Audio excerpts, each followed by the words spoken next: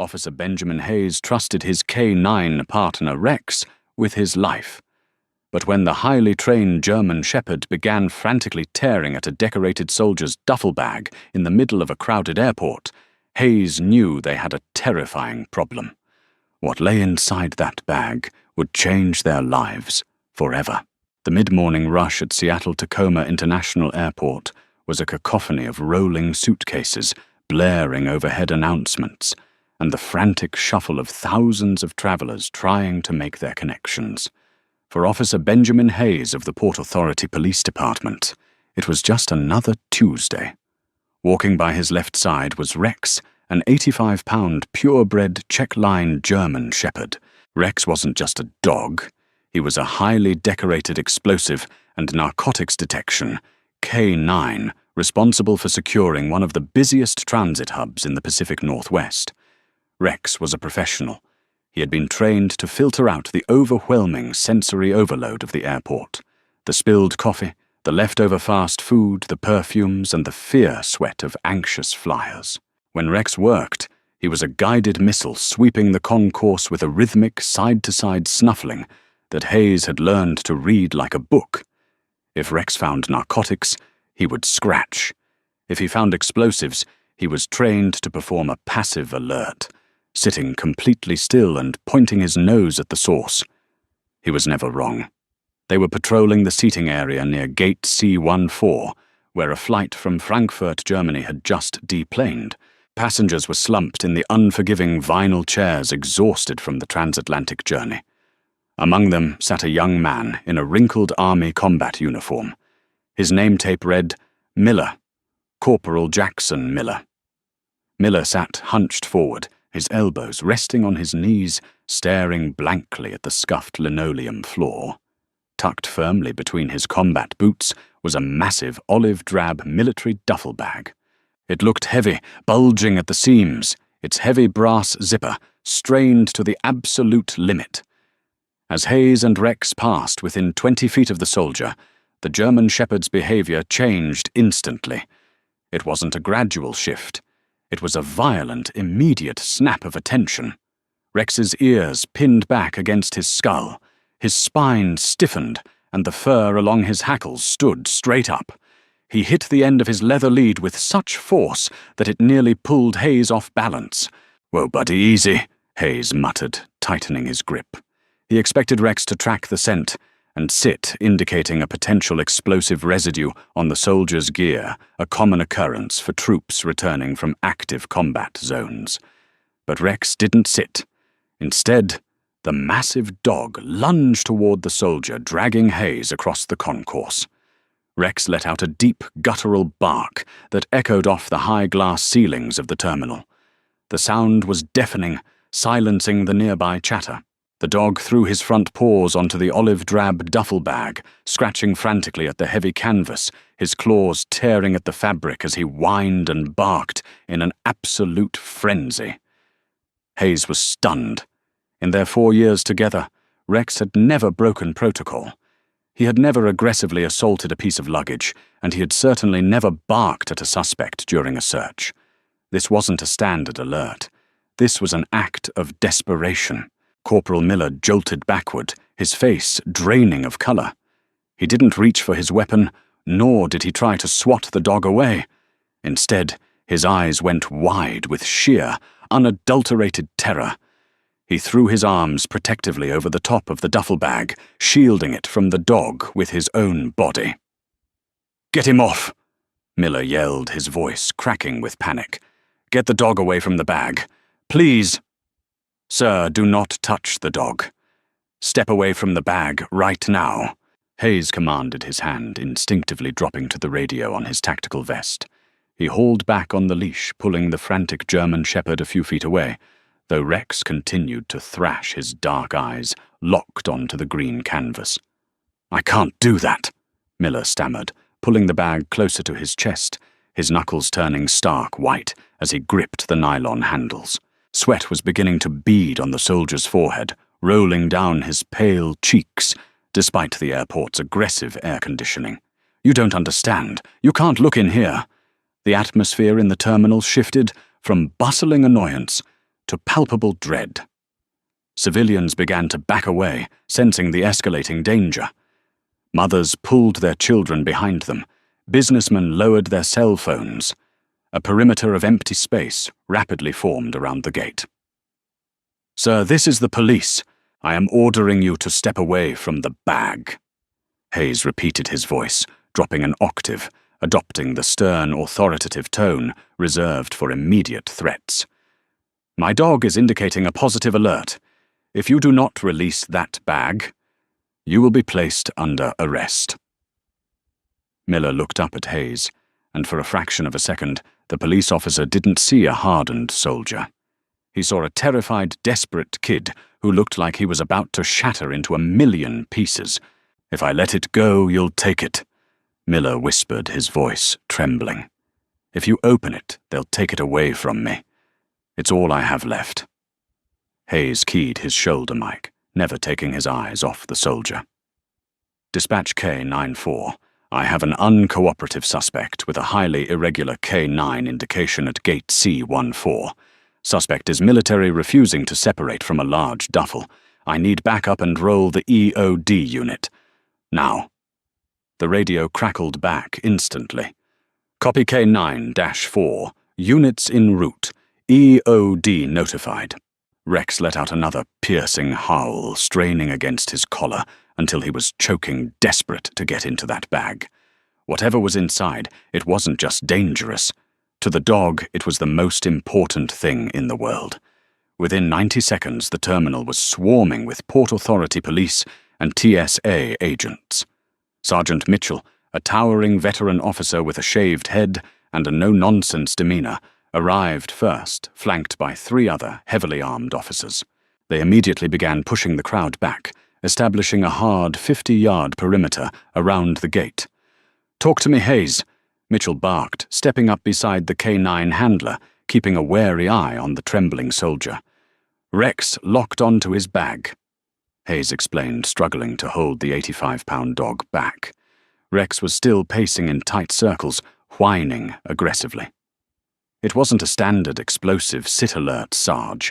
He went entirely out of his mind, tried to tear through the canvas. Suspect is refusing to separate from the luggage. Mitchell leveled his gaze at Miller. "Son, I don't care what uniform you're wearing today. You are in a federal airport, and you are currently in violation of about 10 different federal laws. You are going to stand up, let go of the bag, and put your hands on your head. If you make me ask again, we are going to put you on this floor." Miller looked at the circle of armed officers surrounding him. The fight slowly drained out of his posture, replaced by a profound, heavy defeat. Tears welled up in his eyes, spilling over his eyelashes and tracking through the grime on his face. "Okay." Miller choked out his hands, shaking violently as he slowly released his grip on the duffel bag. "Okay, but please be careful with it. Just don't drop it. Stand up, hands on your head," Mitchell ordered. Miller complied. 2 officers moved in swiftly, patting him down for weapons before securing his wrists in zip ties. They didn't treat him roughly, but they didn't take any chances. "We can't process this out here in the open," Hayes said, looking at the massive green bag sitting isolated on the linoleum. "If that's a makeshift IED, it could take out this whole concourse. We need to move him to the blast room." Security Room 4B was located in the bowels of the airport, a specialized holding area, reinforced with thick concrete walls, and a heavy steel door designed specifically to contain accidental detonations. The walk down to the holding room was agonizing. Hayes followed behind, keeping Rex on a short leash. The dog hadn't calmed down in the slightest. Every time the officer carrying the duffel bag took a step, Rex whined, his eyes glued to the swaying green canvas. It was deeply unsettling. Dogs, usually alerted to a scent, got their reward and moved on. Rex was acting as if his own puppy was zipped inside that bag. Once inside the stark, fluorescent-lit interrogation room, the officers placed the bag gently in the center of the concrete floor. They sat Miller down, in a steel chair, bolted to the ground. The young corporal was hyperventilating now, his chest heaving as he stared at the bag. Corporal Miller. Hayes started standing across the metal table from the soldier. Rex was sitting at Hayes's feet, but the dog's entire body was trembling with restrained energy, his eyes fixed on the zipper of the duffel. "I need you to tell me exactly what is in that bag. If it's a weapon, if it's contraband, if it's something you brought back from deployment that you shouldn't have, tell me now, because the bomb squad is 2 minutes away, and they are going to find out either way." Miller shook his head, burying his face in his bound hands. "You don't understand," he sobbed. "I couldn't leave it over there. I couldn't do it. The commanding officer said it had to be left behind, destroyed. But it saved my life. I couldn't just abandon it." Hayes exchanged a dark look with Sergeant Mitchell. Stolen military ordnance. It happened more often than civilians realized, soldiers suffering from PTSD, trying to bring home grenades, shell casings, or even C4 explosives as morbid souvenirs or out of sheer paranoia. "What saved your life, Jackson?" Hayes asked, softening his voice, trying to build a bridge of empathy. "What did you pack in there?" Before Miller could answer, the heavy steel door unlatched with a loud clank. Captain Harrison, the head of the Explosive Ordnance Disposal EOD unit, strode into the room. He was wearing his heavy Kevlar-plated blast suit, holding a portable X-ray scanner in his thick gloves. "Everyone except the handler and the suspect clear the room," Harrison ordered. His voice was muffled behind his protective visor. Sergeant Mitchell and the other officers stepped out, sealing the heavy door behind them. The silence in the room was deafening, broken only by Miller's ragged breathing and Rex's high-pitched whining. "All right, Hayes, keep your dog back," Harrison said, approaching the green duffel bag with extreme caution. "I'm going to set up the X-ray plate behind it and scan the contents. If there's a trigger mechanism, I'll see the wires." Harrison carefully positioned a flat black sensor plate behind the duffel bag, then stepped back, holding a ruggedized tablet screen. He aimed the emitter at the bag and pressed the button. A soft beep echoed in the room. Harrison looked down at the tablet. For 5 seconds, the EOD captain didn't move. He didn't breathe. He just stared at the screen, entirely frozen in his heavy blast suit. "Cap?" Hayes asked, the tension in his chest tightening like a vice. "Harrison, talk to me. Are we looking at a bomb?" Harrison slowly reached up and unlatched his heavy protective helmet, pulling it off his head. His face was chalk white, his jaw hanging slightly open in pure disbelief. He looked from the screen to the terrified soldier in the chair, and then down to the anxious German shepherd, whining on the floor. "Hayes!" Harrison breathed, his voice barely a whisper. He turned the tablet around so the police officer could see the bright, monochromatic X-ray image on the screen. "You need to see this. That's not a bomb. And it's not drugs. Good God, it's alive." Hayes stepped forward, his eyes locking onto the glowing screen. What he saw outlined in the X-ray was so completely unexpected, so entirely heartbreaking that it made him drop the dog's leash entirely. Hayes stared at the ruggedized tablet in Captain Harrison's trembling hands. The monochromatic high-contrast screen of the portable X-ray scanner did not show the rigid geometric lines of a pipe bomb, nor the clustered chaotic wires of a makeshift improvised explosive device. Instead, glowing in a haunting, ethereal pale green against the pitch-black digital background was a skeletal structure. It was a spine. A delicate, expanding ribcage, the distinct angled slope of a canine skull. Hayes felt the air leave his lungs in a sharp, involuntary rush. His mind struggled to process the sheer impossibility of the image before him. The skeleton was curled into a tight, unnatural fetal position, crammed into the unforgiving confines of the military canvas duffel. And then, as Harrison carefully adjusted the contrast dial on the side of the scanner, A rhythmic, pulsing blur appeared near the center of the illuminated ribcage. It was a heartbeat. It was agonizingly slow, erratic, and dangerously faint, but it was undeniably there. "My God!" Harrison breathed, lowering the tablet. He turned his wide, shocked eyes toward the young soldier bound in the steel chair. "You have a dog in there. You smuggled a live animal in a sealed bag on a 10-hour transatlantic flight." Corporal Jackson Miller violently sobbed, his chest heaving against his restraints. "He's heavily sedated. I gave him the last of the field medkit tranquilizers before we boarded in Frankfurt. I left the side zipper cracked for air, I swear I did. You have to open it. He might be suffocating." Hayes didn't wait for another word. He dropped to his knees on the cold concrete floor, ignoring protocol, ignoring the lingering threat of the unknown. He reached for the heavy brass zipper of the olive-drab bag. Rex, the massive 85-pound German shepherd, suddenly pushed his way forward. The K9 wasn't acting aggressively anymore. The frantic barking had ceased, replaced by a low, mournful whimper. Rex pressed his wet nose against the canvas, his tail tucked low between his hind legs. He had smelled the heavy veterinary sedatives, but more importantly, he had smelled the profound distress of one of his own kind. Hayes grabbed the zipper and pulled. The heavy canvas parted, revealing the dark interior. Inside, swaddled in a blood-stained standard-issue military thermal blanket, lay a Belgian Malinois. The dog was horrifyingly emaciated, its ribs protruding sharply against its fawn-colored coat. Its front left leg was heavily wrapped in thick, dirty gauze, and a jagged, angry scar ran down the side of its muzzle. The animal was completely unconscious, its breathing so shallow that Hayes had to place his bare hand against the dog's chest just to confirm it was still alive.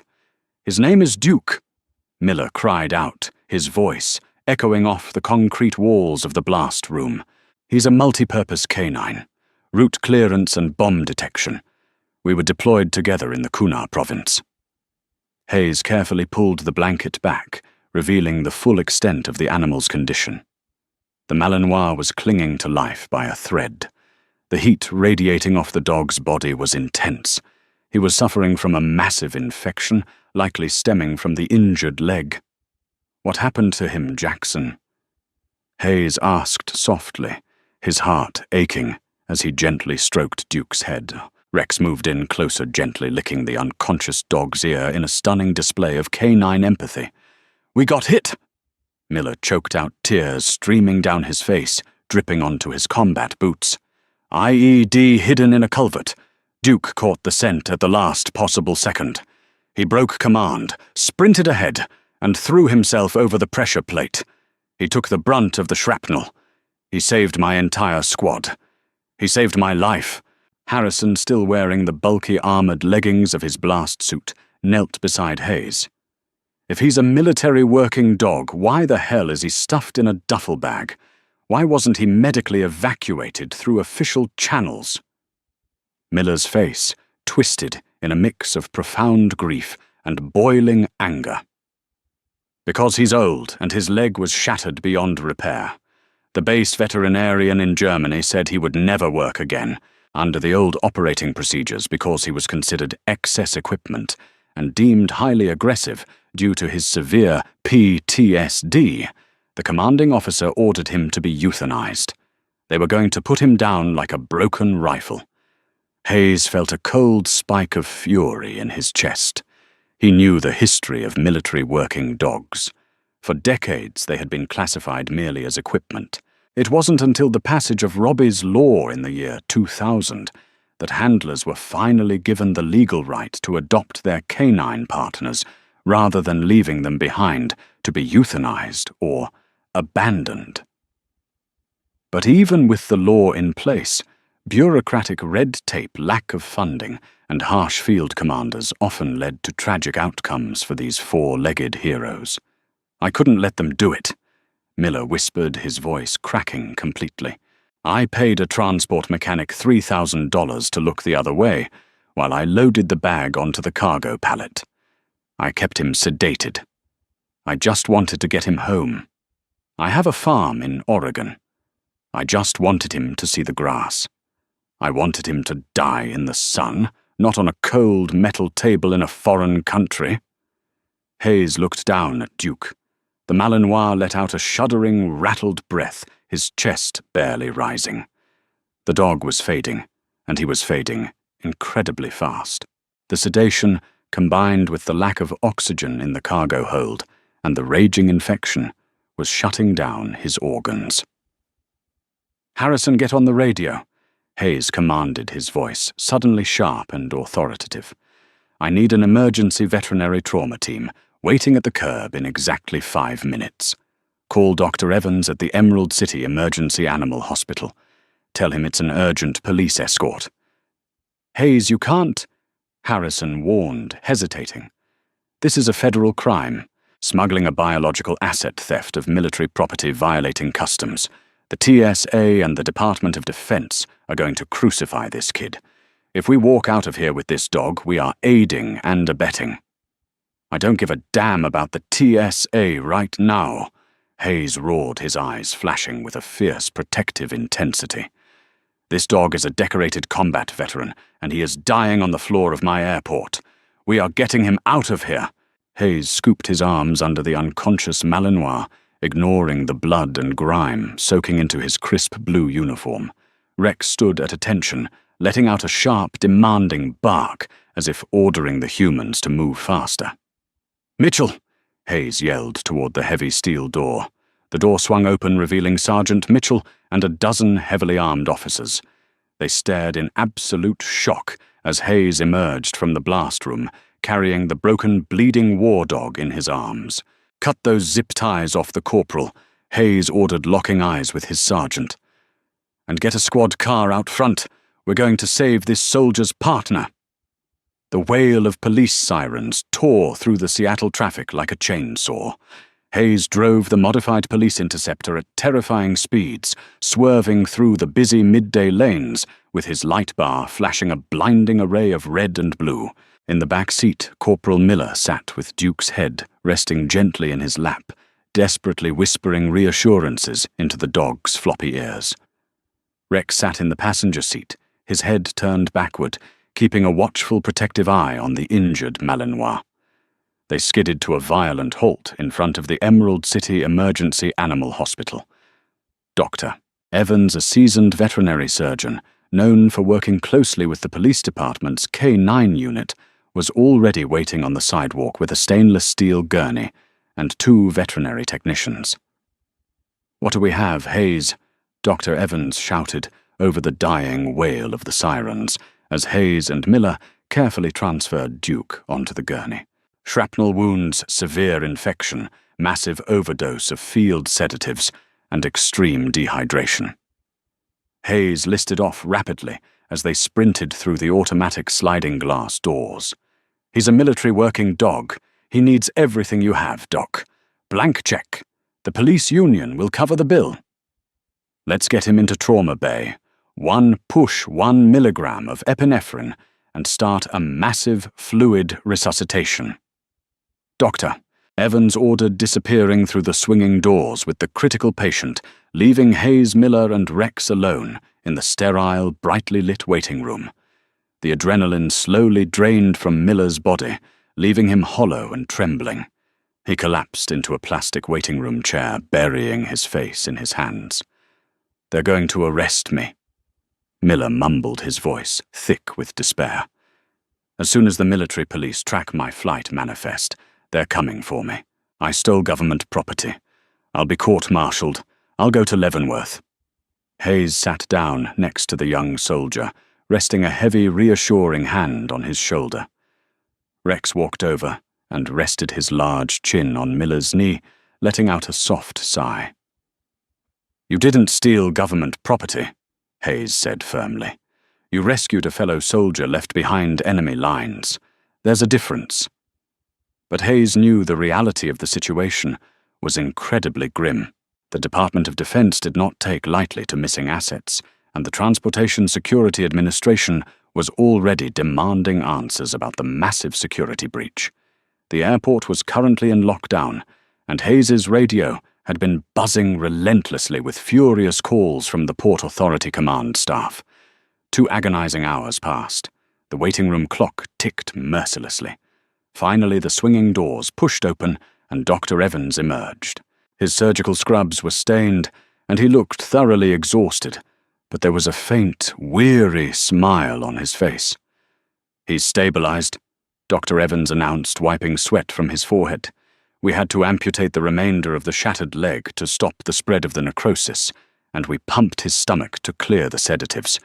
He's weak, and he has a long road of recovery ahead of him, but his vitals are strong.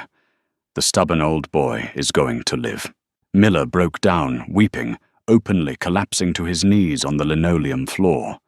Rex whined, licking the tears directly off the soldier's face. Before they could celebrate, the glass doors of the clinic slid open. 4 stern-faced men in sharp military dress uniforms strode into the waiting room. Leading them was Colonel Henderson, the commanding officer of the military police detachment from nearby Joint Base Lewis McChord. His face was a mask of cold, bureaucratic fury. Corporal Jackson Miller. Colonel Henderson barked his voice, carrying the lethal weight of absolute authority. "You are under arrest for the theft of military property insubordination and smuggling. Officers place him in irons." 2 military policemen stepped forward, brandishing heavy steel handcuffs. "Hold on a second, Colonel," Hayes said, stepping directly into the path of the approaching officers. He squared his shoulders, making himself as wide as possible. "You are out of your jurisdiction. This man is currently under the protection of the Port Authority Police Department." "Step aside, officer," Henderson warned, his eyes narrowing dangerously.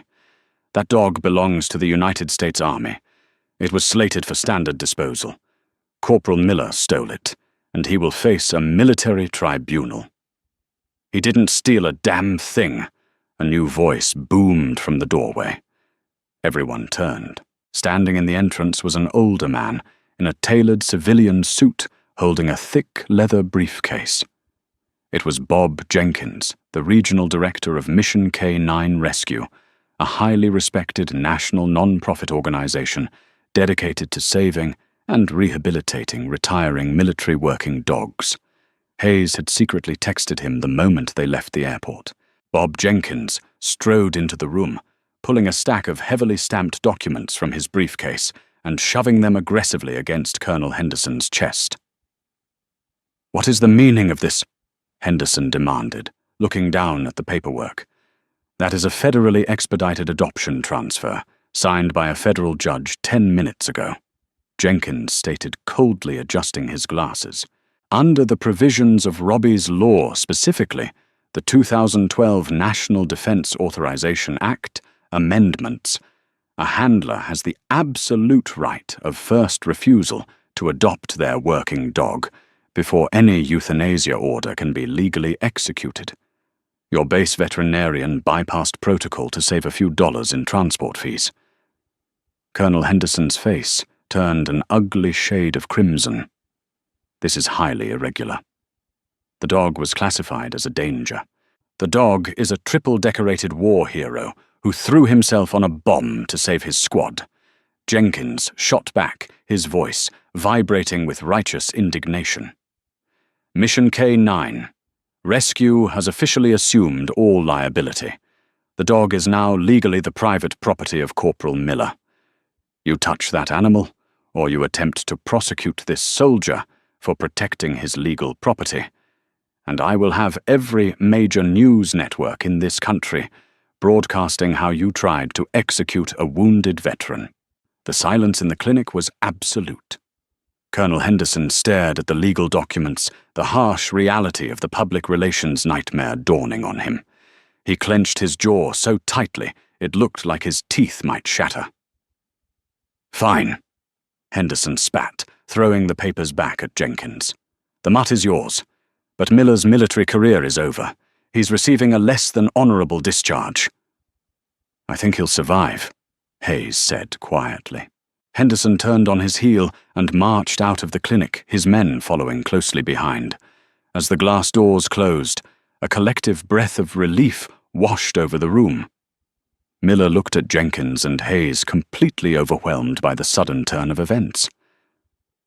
How did you do that? Hayes smiled, reaching down to aggressively scratch Rex behind his ears. I told you, Jackson. We don't leave our partners behind. Brotherhood of the Leash. 6 months later, the chaotic events at the airport were nothing more than a wild memory.